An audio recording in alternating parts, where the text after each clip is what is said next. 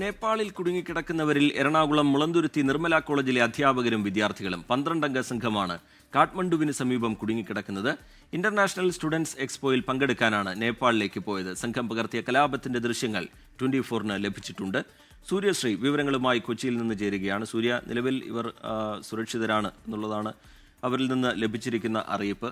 എന്താണ് ഈ അധ്യാപകരോട് സംസാരിക്കുമ്പോൾ, വിദ്യാർത്ഥികളോട് സംസാരിക്കുമ്പോൾ ലഭ്യമാകുന്ന വിവരങ്ങൾ? സൂര്യ.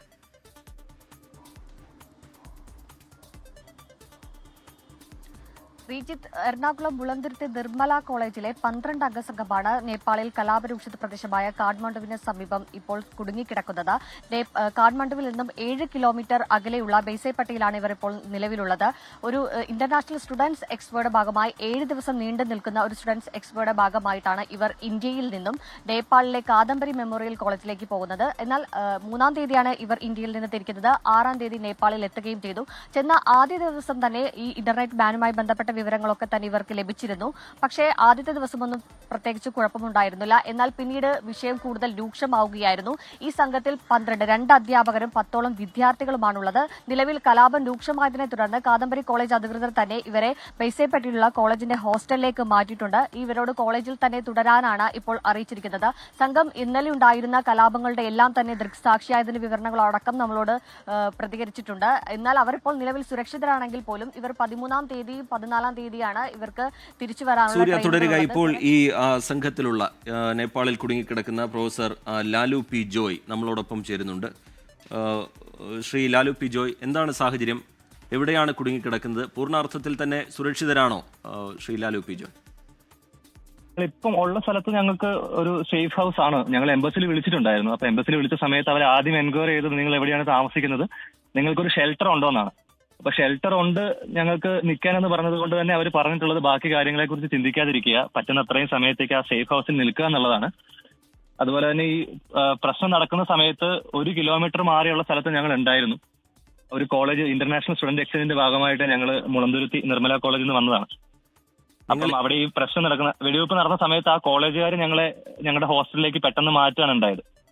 ഈ നിങ്ങൾ ഇപ്പോൾ നിൽക്കുന്ന ഈ സ്ഥലത്തും വലിയ രീതിയിൽ സംഘർഷങ്ങൾ നടക്കുന്ന സ്ഥലമാണോ?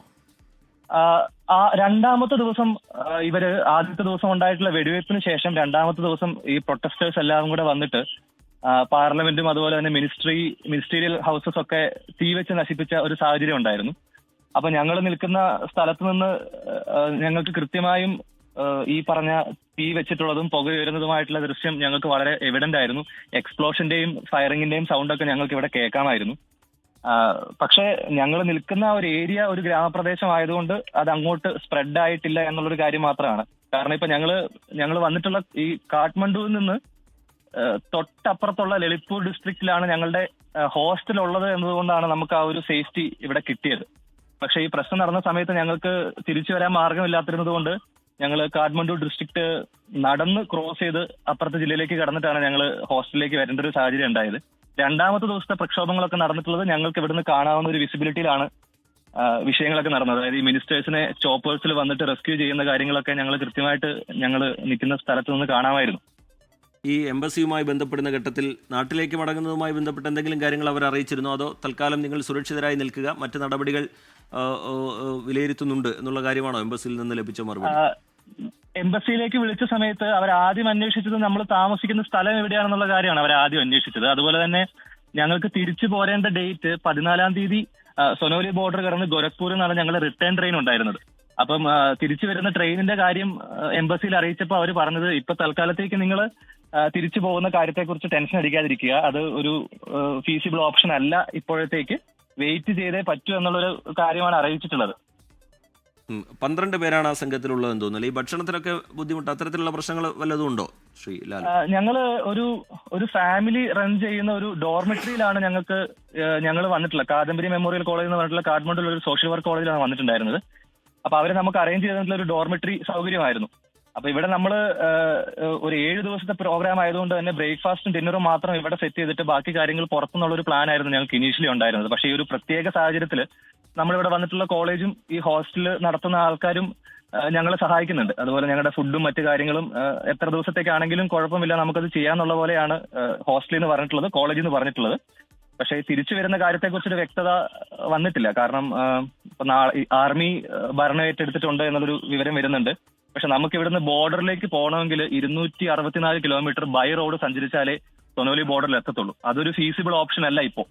അതുകൊണ്ടാണ് നമ്മളോട് സ്റ്റേ ബാക്ക് ചെയ്യാൻ വേണ്ടി പറഞ്ഞിട്ടുള്ളത്. ശരി, ശ്രീ ലാലു പി ജോയ്, അങ്ങനെ ആശങ്കപ്പെടേണ്ട സാഹചര്യമില്ല. നിലവിൽ എംബസി കാര്യങ്ങൾ വിലയിരുത്തുന്നുണ്ട്. അതിനുവേണ്ട നടപടികൾ അവരുടെ ഭാഗത്തു നിന്ന് വളരെ വേഗത്തിൽ തന്നെ നിങ്ങളെ ഈ സംഘത്തെ സുരക്ഷിതമായി നാട്ടിലെത്തിക്കുന്നതിന് വേണ്ടിയുള്ള നടപടികൾ ഉണ്ടാകും. വിവരങ്ങൾ കൃത്യമായി ശേഖരിച്ച് നടപടികൾ ഏകോപിപ്പിക്കുന്നതിലേക്ക് എംബസി കടന്നിട്ടുണ്ട്. എന്തായാലും സുരക്ഷിതരായിരിക്കുക. എന്തെങ്കിലും വിവരങ്ങൾ പുതുതായി പങ്കുവയ്ക്കാനുണ്ടെങ്കിൽ ഞങ്ങളെ ബന്ധപ്പെടുക. സൂര്യശ്രീ വിവരങ്ങളുമായി നമുക്കൊപ്പം തുടരുന്നുണ്ട്. സൂര്യ, ഈ സംഘവുമായി നമ്മളിപ്പോൾ സംസാരിച്ചു. അവർ നിലവിൽ സുരക്ഷിതമായൊരു മേഖലയിലാണുള്ളത്. എങ്കിലും ആശങ്കയുണ്ട് എപ്പോൾ മടങ്ങിയെത്താൻ കഴിയും എന്നത് സംബന്ധിച്ചൊക്കെ സ്ഥിതിഗതികൾ കൂടുതൽ വഷളായിക്കൊണ്ടിരിക്കുന്ന സാഹചര്യത്തിൽ അവർക്ക് ആശങ്കയുണ്ട്. എന്താണ് ഇതുമായി ബന്ധപ്പെട്ട് കൂടുതലായി പങ്കുവയ്ക്കാൻ കഴിയുന്ന വിവരങ്ങൾ, സൂര്യ?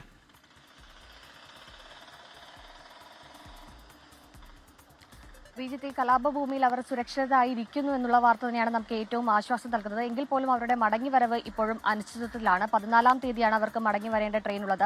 ഗോരഖ്പൂരിൽ നിന്നാണ് ട്രെയിനുള്ളത്. പക്ഷേ ഇപ്പോൾ ഈ കലാപം രൂക്ഷിതമായിരിക്കുന്ന ഒരു സാഹചര്യത്തിൽ ഇവരോട് ഹോസ്റ്റലിൽ തന്നെ തുടരാനാണ് എംബസി അധികൃതരും ഒപ്പം തന്നെ കോളേജ് അധികൃതരും, നേപ്പാളിലുള്ള ഈ കാദംബരി കോളേജ് അധികൃതരും പറയുന്നത്. ഈ ഹോസ്റ്റലിൽ തന്നെ സുരക്ഷിതമായിരിക്കുവാനാണ്. ഈ ഒരു ഘട്ടത്തിൽ അവരുടെ മടങ്ങിവരവ് എന്നത്തേക്കായിരിക്കുമെന്നോ എപ്പോഴായിരിക്കുമെന്നോ എന്നുള്ള കാര്യത്തിൽ ഒരു അനിശ്ചിതത്വമുണ്ട്. അതുമാത്രമാണ് അവർക്കിപ്പോൾ നിലവിലുള്ള ഒരു ആശങ്ക. ബാക്കി ഭക്ഷണവും വെള്ളവും അടക്കമുള്ള സൗകര്യങ്ങളെല്ലാം തന്നെ അവർക്ക് നിൽക്കുന്നുണ്ട്. നിർമ്മലാഗിരി കോളേജിലെ MSW വിഭാഗത്തിലെ ഈ 10ഓളം വിദ്യാർത്ഥികളും 2 അധ്യാപകരുമാണ് ഇപ്പോൾ അവിടെ കുടുങ്ങിക്കിടക്കുന്നത്. ഇവർ 3-ാം തീയതിയാണ് ഇവിടെ ഇന്ത്യയിൽ നിന്ന് തിരിക്കുന്നത്. 6-ാം തീയതി നേപ്പാളിൽ എത്തുകയും ചെയ്തു.